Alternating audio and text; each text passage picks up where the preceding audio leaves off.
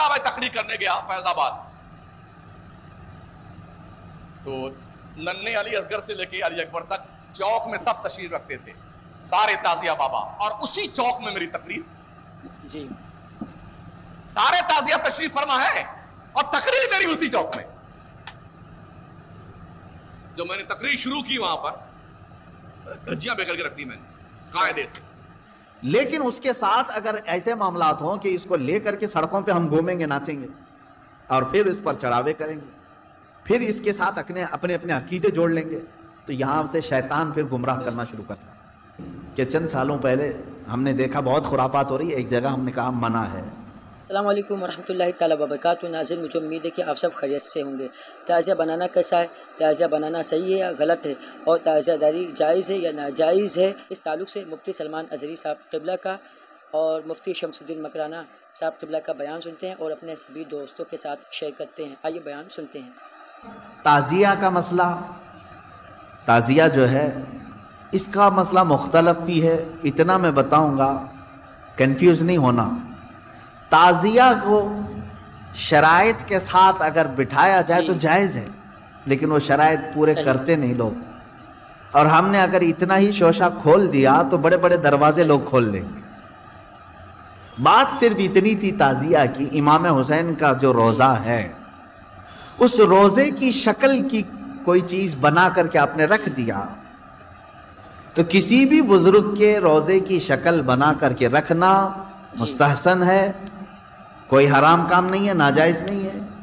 جیسے ہم گنبد خضرا بناتے ہیں، خانہ کعبہ بناتے ہیں، ہوتا ہے گنبد خضرا جہاں ہوگا ہم تعظیم کے ساتھ دیکھتے ہیں، لیکن اس کے ساتھ اگر ایسے معاملات ہوں کہ اس کو لے کر کے سڑکوں پہ ہم گھومیں گے، ناچیں گے اور پھر اس پر چڑھاوے کریں گے، پھر اس کے ساتھ اپنے عقیدے جوڑ لیں گے، تو یہاں سے شیطان پھر گمراہ کرنا شروع کرتا ہے۔ کہ چند سالوں پہلے ہم نے دیکھا بہت خرافات ہو رہی ہے، ایک جگہ ہم نے کہا منع ہے، انہوں نے فوراً اس کو ختم کر دیا، نہیں کریں گے۔ ہاں میں نے کہا کہ ٹھیک ہے، مولا حسین کے روزے کی شکل بناؤ، ہر گھر میں بنا کر کے رکھو، یاد کے لیے اچھا، اپنے بچوں کو دکھاؤ کہ یہ مولا حسین کا روزہ ہے۔ ہم جیسے گنبد خضرا رکھتے ہیں اپنے گھروں میں، خانہ کعبہ رکھتے ہیں، امام حسین کا روزہ رکھنے میں کون سی دقت کی بات ہے؟ میں اتنا زیادہ مخالف نہیں ہوں اس چیزوں کا، رکھو، آپ پیتل کا بناتے بناؤ، تانبے کا بناتے بناؤ، سونے کا بناتے ہو بناؤ، اس میں حرج نہیں۔ ہم جس چیز کی مخالفت کرتے ہیں وہ خرافات و حرام کاریاں جس کو باہر سڑکوں پر کیا جاتا ہے، میں اس کا مخالف ہوں۔ خیر بات آئی، بند ہو گئی، لیکن ہوتا کیا تھا معلوم ہے؟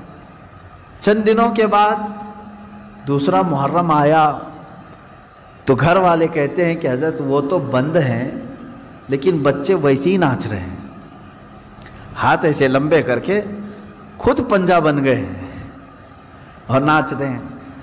تو میں اس چیز کو مثال میں اس لیے بتا رہا ہوں کہ بنی اسرائیل بچھڑے کی پوجا کرتے تھے، حکم آیا ان کے قتل کا، قتل بھی ہوئے، بچھڑا بھی مار دیا گیا، لیکن زمانے تک ان کے دلوں سے بچھڑے کی محبت گئی نہیں تھی۔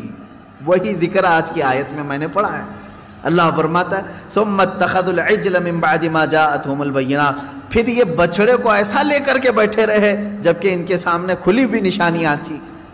وَأُشْرِبُوا فِي قُلُوبِهِمُ الْعِجْلَ، اللہ فرماتا ہے ان کے دلوں میں ایسا لگتا ہے بچڑا پلا دیا گیا ہے، پی گئے ہیں بچڑے کو، اتنی محبت تھی، جبکہ روشن آیتیں اور دلیلیں دیکھی۔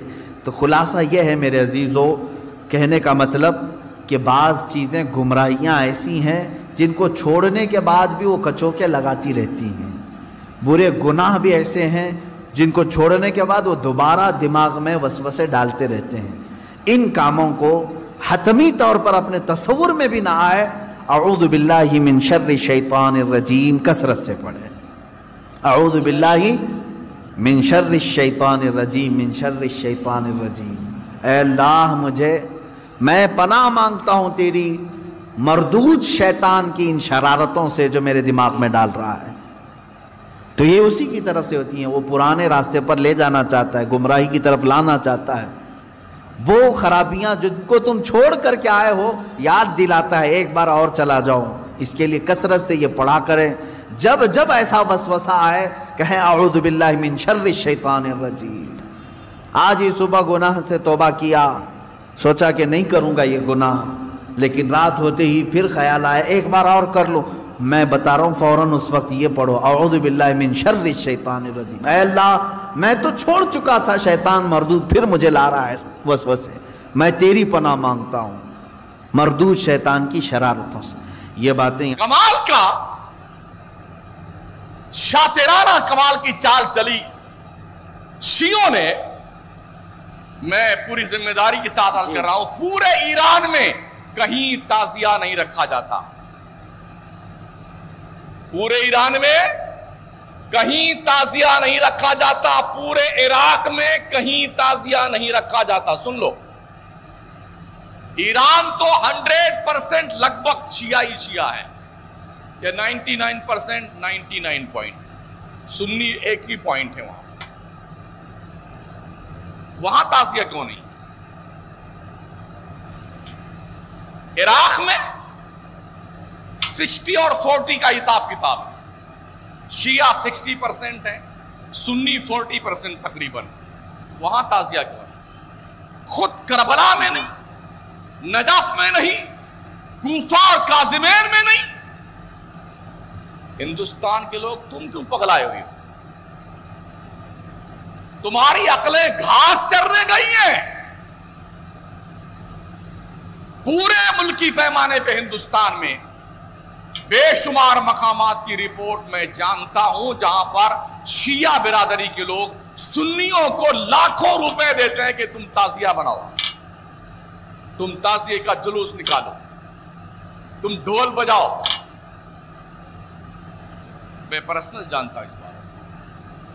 ٹانڈا میں تقریر کرنے گیا فیض آباد،